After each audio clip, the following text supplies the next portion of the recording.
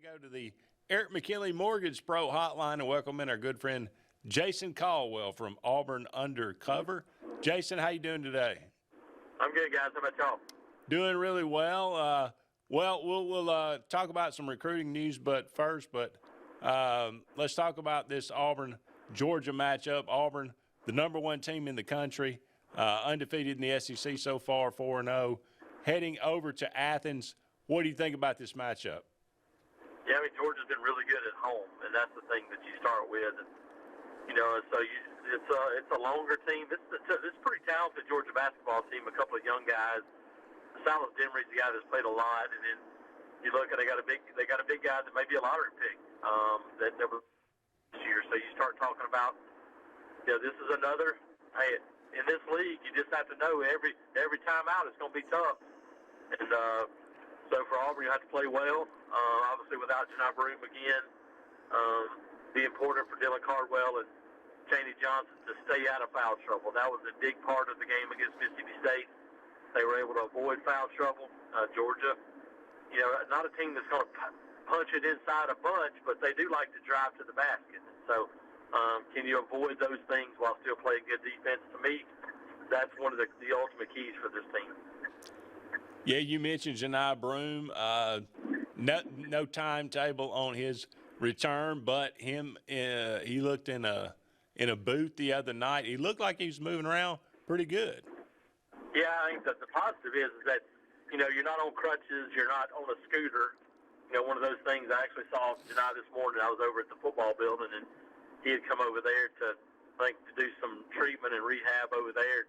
He left in a boot still with a little bit of a limp, but you're going to have a little bit of a limp when you're walking with a boot anyway, so it's hard to really tell. But I feel like that with a full week off between now and Tennessee, that he'll have a chance to be back and be ready to go by next Saturday, at least in my opinion.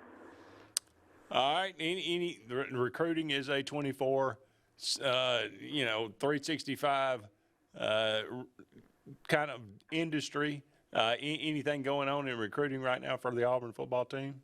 Yeah, kind of pointing towards next Saturday. Obviously, it's going to be a big day. You got College Game Day coming for Auburn, Tennessee basketball, and they have scheduled their junior day to be a part of that weekend already. So now you're going to have game day on campus for a huge basketball game and a bunch of your top prospects on hand for a junior day as well. And so, a couple of guys in and out visiting here, but, the coaches have been on the road, and they've been offering some guys. They've been going and getting guys and getting eyes on guys, and they're continuing to do a good job of making the state of Alabama a priority. Obviously, Cedarian there in Alex City, but they were in Birmingham yesterday and saw Rodney Cleveland and saw a few guys up in that area as well. So I think that's it right now. It's just continuing to build on what you've done the last couple of years, which is make the state of Alabama a priority. Jason, who's a couple of other guys? I know Tank Jones, I know Cedarian, I know some of those guys here in the state of Alabama that we are just household names at this point. But maybe mention 3 or 4 more guys here in the state that you think will pop onto the scene as we get into the summer months with 7-on-7 and some other things that are coming up. Yeah, obviously you look at it, and 2 guys we got a chance to see in Birmingham are guys that are well known in Alabama, but I think are going to continue to grow. Landon Duckworth is one of those guys that I think Auburn is going to continue to ramp things up for at the quarterback position out of Jackson. Obviously, a extremely talented team around him. Jaquez Wilkes, another one that, small school guy. I think is going to continue to see his star kind of grow as people get into Wadley and get a chance to eye him in person. I think that's going to be a big one as well. But yeah, there'll be some guys, and I think you start to watch some of the next level guys. And Zion Crumpton to me is still under the radar. The wide receiver from Carver Montgomery, I think, is a guy that's going to be when they get to 7-on-7s and people see him this summer. I think people are going to realize how really good he is at wide receiver. He's long, and I think because of that, I think he's a guy that maybe has a chance to grow as much as anybody. Jason, offensive line's always a position that those of us that keep up with recruiting watch. Can you give us a basic update on where Auburn's thoughts are on offensive line with next year's class? Yeah, not a great year in state. I had of guys last year. Not a great year in state this year for offensive linemen, but Emmanuel Ianacho is a guy that's a 5-star that is scheduled to be on campus next weekend for that junior day. Pritchett is a kid from Carver. I'm sorry, driving. The first name escapes me, but he's got connections to this area. He's a younger brother of Tyler Pritchett, who transferred from Calera to Auburn High School several years ago.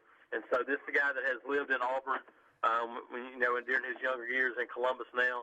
That's another guy. So there are a couple of those guys to watch. And I think offensive line is one of those that you see guys. You'll see the 5-star guys kind of jump out there early, and then you see other guys as you grow, develop. I mean, this time last year, a couple of guys that Auburn signed really were just beginning to get on the radar. A guy like Ty Buster, for example, and Jacoby Ward, another one.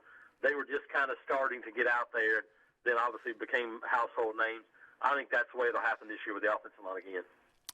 Jason, national championship game is on Monday night, Ohio State, Notre Dame. Who you like?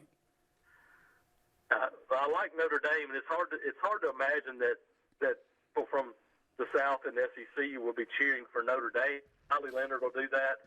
Marcus Freeman will do that. I like it, but I don't know if they got enough firepower. I think Ohio State's offense. Notre Dame, a couple more offensive linemen get hurt in the semifinal game. This Ohio State team is really talented, and so I think Ohio State wins. But man, Riley Leonard is a winner, and if they can grind it out and get to the fourth quarter, then I like their chances a whole lot. The question is, can you get to that point? That's going to be the thing. Jason Caldwell from Auburn Undercover. Thank you so much. Jason, have a great weekend. Thanks, guys. Appreciate it.